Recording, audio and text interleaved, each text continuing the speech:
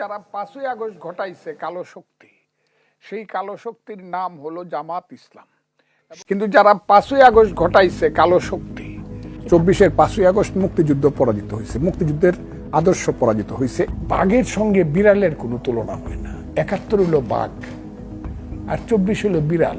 যে জুলাই আন্দোলনে হাসিনা পতনের ফলে বিএনপির হাজার হাজার নেতাকর্মী জেল থেকে ছাড়া পেয়েছেন, স্বাভাবিকভাবে জীবনযাপন করতে পারছেন, বেগম খালেদা জিয়া কারামুক্ত হয়ে বিদেশে উন্নত চিকিৎসা সেবা গ্রহণ করতে পেরেছেন এবং তারেক রহমান রাজনীতি করতে পারছেন, সেই আন্দোলন ও আন্দোলনকারীদেরই যেন সহ্য হচ্ছে না বাংলাদেশ ছাত্রলীগের সাবেক সভাপতি ও বর্তমানে বিএনপি চেয়ারপারসনের রাজনৈতিক উপদেষ্টা ফজলুর রহমানের। গত বছরের 5 আগস্ট স্বৈরাচার শেখ হাসিনা সরকারের পতনের পর থেকে একের পর এক বিতর্কিত বক্তব্য দিতে দেখা যাচ্ছে তাকে। তিনি জুলাই আন্দোলনকে তাচ্ছিল্য করেছেন, 24 ও 71কে মুখোমুখি দাঁড় করাচ্ছেন, প্রচার করছেন আওয়ামী ন্যারেটিভও, যেন মানছেন না কোনো সীমারেখা।